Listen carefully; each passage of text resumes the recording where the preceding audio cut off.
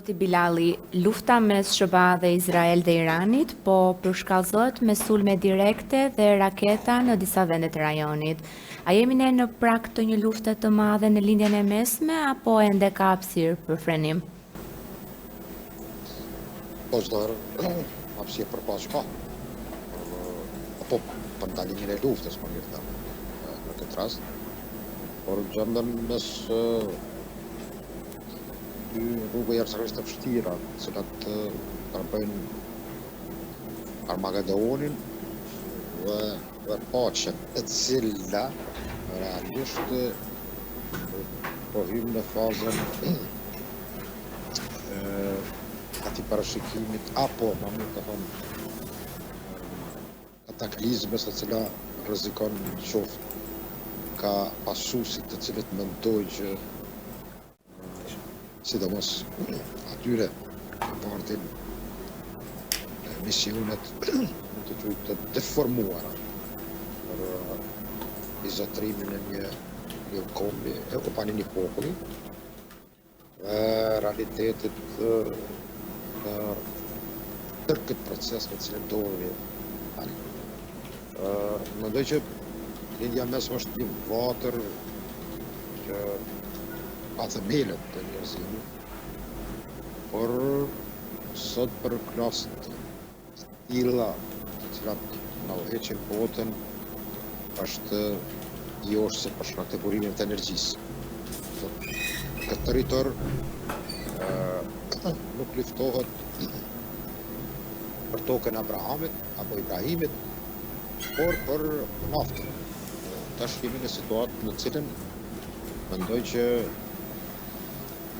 ka hapësirë dhe ka mundësi lufta të marrë epilogun e fundit apo të përfundoj për të arritur një paqe sa do prisht, ka se paqe të keqe nuk ka. Por mendoj që momentanisht në ditën e 13 të luftimeve palët ndoshta kanë do shenja, sidomos deklarimi i presidentit amerikan, deklaron që praktikisht qëllimet janë arritur. Sa është kjo vërtet, pastaj është drejt analizë tjetër.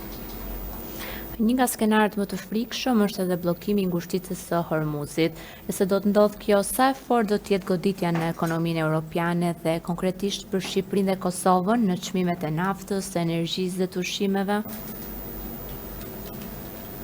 Po sigurisht secili nga ne të zgjomin e mendes apo tim pushë makinat me karburant e ndjej të gjithë në një mënyrë ka impakt në gjithë luftë, sidomos edhe individualisht në gjepat tona dhe në ekonomitë familjare, por në përgjithësi edhe në ekonominë e vendit të shtetit ku jetojmë. Do thotë kjo më vetëm është evidente. Në ngushtica e Hormuzit është një të them arteria kryesore e cila nga këtu hyrë dhe dalë ka kërë dhe anijet që partin në naftën dhe gazën në pjesë të tjera një pesta furnizimit të botës në naftë. Dhe kjo është mendoj pika më kritike ose arma më e fortë të cilën ka përdorur Irani. Mendoj që për momentin në aspektin ushtarak, sistemi dhe kapacitetet të raketave ballistike, ili mund të them para si dy elementet të cilat Irani ka në duart, është ngushtica e Hormuzit dhe sistemi raketor, raketet ballistike të Iranit. Do thotë në këto dy elemente strategjia e Iranit të shtetat e cila ju shkakton dhimbje kundërshtarëve të tyre. Dhe mendoj që për ekonominë të dalë në pyetjen e juaj, botërore është jashtëzakonisht një goditje e cila ka të bëjë dhe që lidhet pastaj në çdo proces zëngjëror në çdo sferë të prontarisë, të industrisë dhe ekonomisë së secilit vend në botë. Nuk ka parasysh India po pretendon. Sigurisht, kjo godet sidomos aleatin e heshtur të Iranit, që de facto është i heshtur, por është i plikuar, sidomos në elektronik, që ndihmon Iranin në 80% të furnizimit nga dhe rrjedh nga kjo shticë. Pastaj Japonia me 75%, Korea e Jugut, po ashtu edhe evropianë. Janë, ata importuesit më të mëdhenj, të cilët edhe nga vendet e gjirit furnizohen tash tregu i këtyre derivateve ka arritur të dyfishur tregun evropian. Sidomos kjo ka të bëjë me zhvillimin e përgjithshëm së cilit shtet, sidomos industrive më të zhvilluara, të vendeve më të zhvilluara. Dhe kjo realisht ka qenë me duket arma më e fuqishme e Iranit, cili pesa duket ka pas informacione, ka minuar këtë pjesë me ujë, dhe është rrezik permanent pa u arritur në marrëveshje pace që të kemi, të thëmë, një rifillim të paqëtimit apo të furnizimit të rregullt për globin. Atëherë Irani ka paralajmëruar se do të godasë interesat e aleatëve të SHBA-s, duke qenë se Shqipëria është një vend antar i NATO-s dhe një aleat i fortë i Washingtonit. A mund të konsiderojmë dhe ne një objektiv potencial në logjikën e Teheranit? Po mbarët të drejtën është kapacitetet. Goditësit e Iranit amrin 2000+, do të rrezet veprimit mund të rinë edhe vendet e Ballkanit. Ka parashikim analiza që mund të ketë Irani të një 3000 kilometrësh raketa goditëse, por mendoj teoretikisht është të mundshme. Praktikisht besoj nga tërë procesi që ka të bëjë me sistemin e mbrojtjes sekondare të aleancës, e cila këto goditje kanë një marshut të tillë, e cila mund të vije nga orbitat që mund të përtojnë për së paku përmes dy vendeve që janë anëtare të NATO-s. Dhe kjo u tregua edhe me rastin e Turqisë, e cila me duket mençurisht nuk ka pranuar të vijë një konflikt. Pra Turqisë është çështja e provokimit që bëhet nga X faktor ta futur në një luftë me Iran. Po, fillim mendoj që ato raketa balistike që goditën ka qenë lutja kundërajrore e NATO-s, dhe turqët në një familje kanë qenë të matur duke marrë parasysh burimin se nga kush dhe për çfarë arsye bëhet atë raketa. Por për të arritur të pyetja juaj për të përgjigjur për çfarë saktë, mendoj që në Shqipëri dhe Kosovë, sidomos është vend kuptohet që hyn në atë ngjyrën e kuqe, apo pëndohet, është edhe Shqipëria me pajtjen atyre mujahedinëve të ekut. Mund të jetë, ndoshta kjo arsyeja, dhe me siguri. Por edhe baza pozitive në Kosovë, po për momentin mendoj që nuk ekziston në rrezik dhe nuk është më duket në strategjinë iraniane që të ka përcej rrezatimin edhe në kontinent jashtë Azisë dhe Lvia apo lidhjes së mesme në këtë rast të hyjë në një konflikt apo goditje në Evropë apo në këtë rast edhe në Ballkan. Mendoj që më tepër për momentin mund të kemi aspekte të propagandës dhe luftës speciale, e cila mund të sjellë panik, që mendoj që për momentin nuk është ndoshta cak apo paraqet një rrezikshmëri për Kosovën dhe Shqipërinë. Shqipëria është duke strahuar dhe mujahedinët iranian të opozitës. MEK pra, një organizatë që regjimi iranian e konsideron armike. A e rrit kjo faktori rrezik për sulme kibernetike apo për presione të tjera ndaj Shqipërisë? Po, më duket që ka pas edhe këtë ditë në Shqipëri edhe po një debat ka qenë për mediumet që kanë ndërhy hakerët suppozohet iranian në sistemin e brendshëm të databazës së qeverisë së Shqipërisë. Mendoj përsa ka të vërtet jetë është e problem apo qëllim hasar për që po rreth politikës shqiptare. Me siguri ajo që ka ashtu edhe më herët pranimi mund të them para shumë vitesh që është bërë me sistemin e amerikanëve të sjellët në Monza një të them një numër jashtëzakonisht që paraqiste ndoshta një lloj turbulence edhe për sigurinë e Shqipërisë, por që të jenë të përgatitur dhe të infiltruar për ndryshimin e regjimit në të ekskluziv në Republikën Islamike të Iranit, ka qenë do të thotë një lloj ajta qushtu një lloj embusi përbashkët që këto forca mund të nevojiten për ditët siç jemi tash në këtë moment. So ka qenë e qëlluar kjo strategji, apo a rrezikohemi edhe me forma të tjera, siç e përmendët edhe ju, të aktivitetit kibernetik dhe të asaj lufte që ne kupton luftë speciale, apo tash në këto kohra me emërtimin luftë hibride.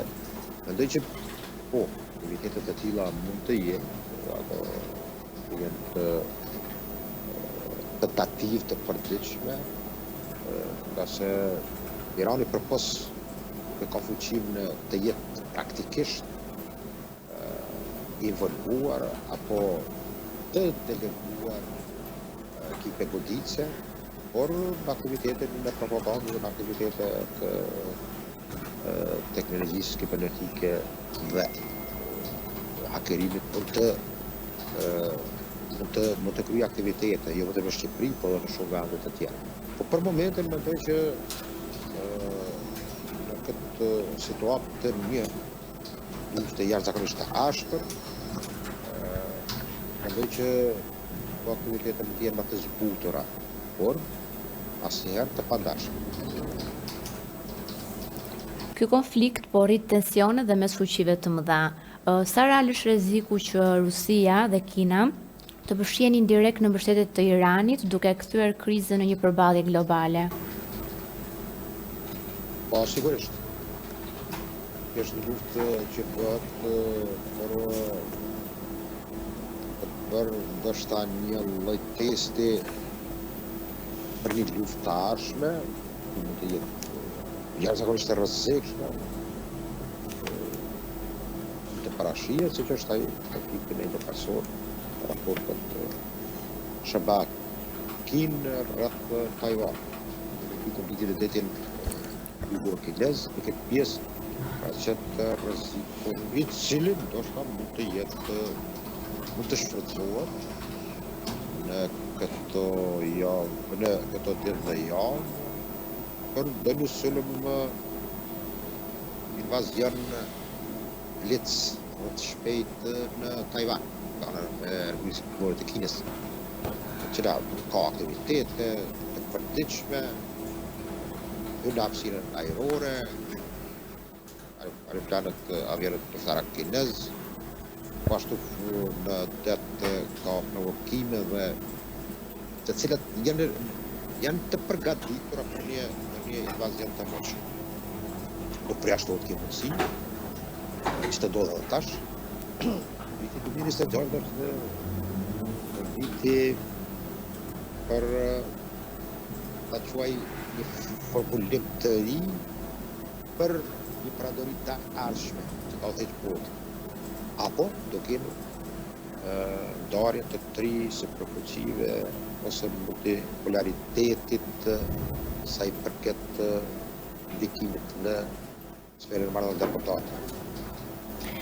Vota të kemi hyrë në një fazë ku nuk respektohen janë në letër, ligjet ndërkombëtare nuk respektohen, që nga invadimi në Ukrainë, dhe tash momentalisht OKB-ja është në vetëm e zyre ku mund të shahen hallet, por nuk ka fuqi vendimarrëse. Por të jem konkret në pyetjen e juaj, do thotë involvimi në Iran është në heshtje, por strategjikisht jashtëzakonisht i ferm kinezëve. Po ashtu rusë, të pasu ragin nga folja amerikane që rusë po ndihmojnë Iranin dhe që nuk ka farë dileme, sepse kanë edhe marrëveshjet dhe bashkëpunimi strategjik me një klauzulë e cila nuk mungon, siç është me Republikën e Koreas së Veriut, që po që sulmohet njëra palë atë me automatizum të funksionimin edhe të palës tjetër. Me Iranin kjo me qëllim është mërë, ka ditur që do ketë një luftë të tillë, që do të me automatizum do të implikojshin që të kemi dy superfuqi automare në një konflikt që do ishte rrezik për sigurinë e palës të Rusës. Dhe mendoj që është një test i ri, kemi një ridizajnim, ka më duket aktivitete që edhe përmes telefonatës së paradyshimeve mes Putinit dhe Trumpit, një orëshe është biseduar, a ka qenë tentativë ndoshta e palës amerikane për të arritur një pushim, dhe kjo mund të arrihet dhe ka shenja që mund të arrihet.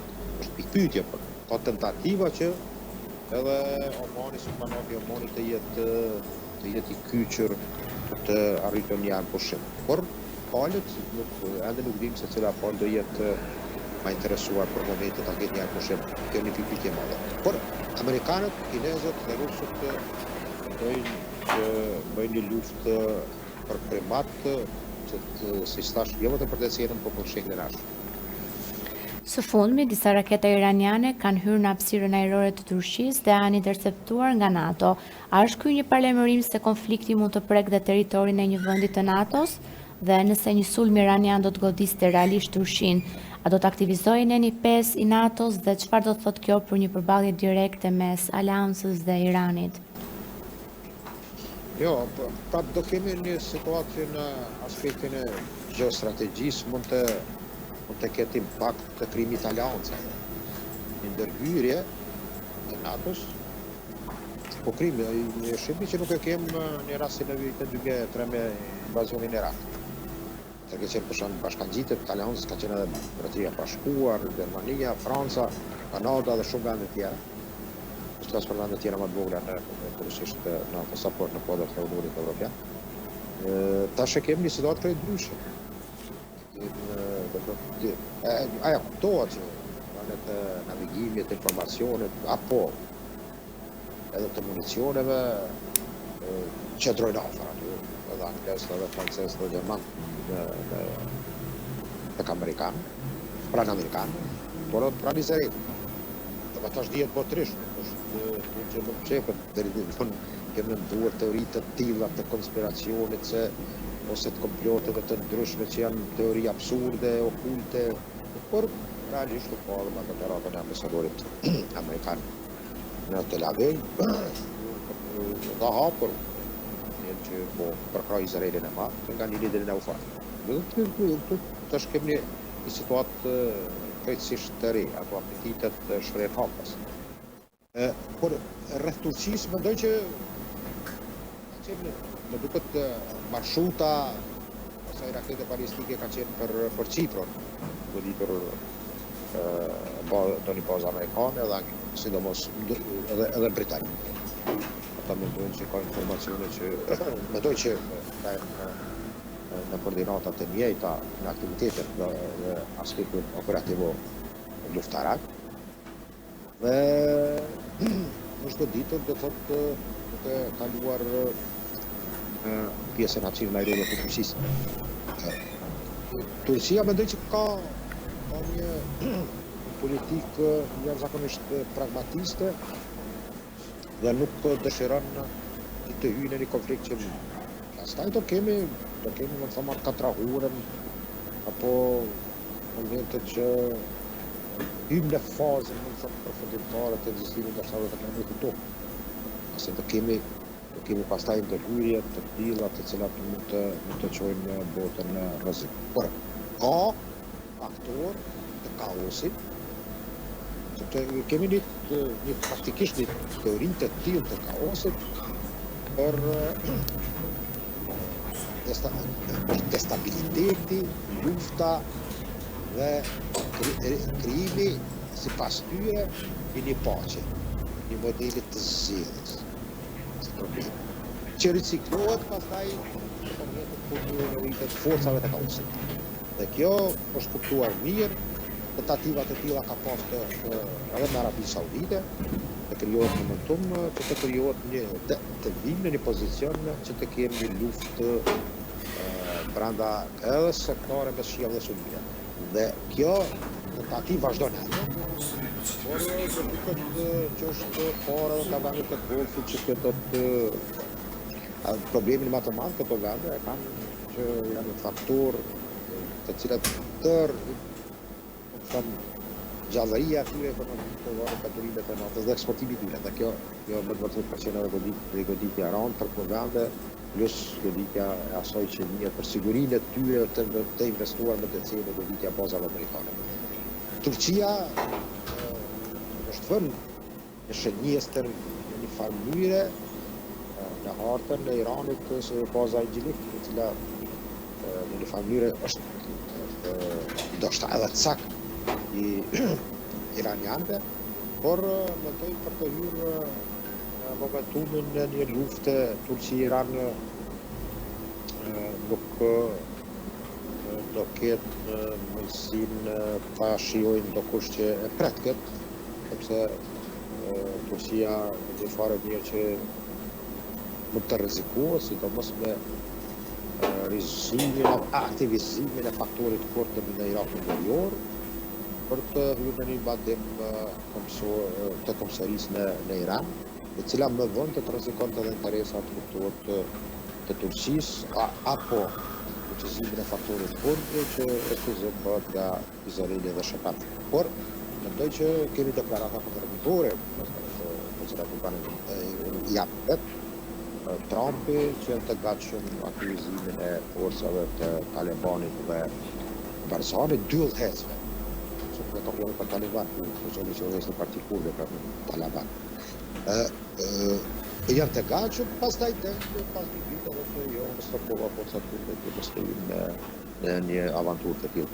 Do thotë Turqia e shoqëron mirë aspektin apo vizionin e saj që para se rrezikoj faktorit kurd apo një shteti pretendime të tyra për krimin e shtetit kurd, e cila përfshin pjesë të Iranit, Turqisë, Sirisë dhe Irakut.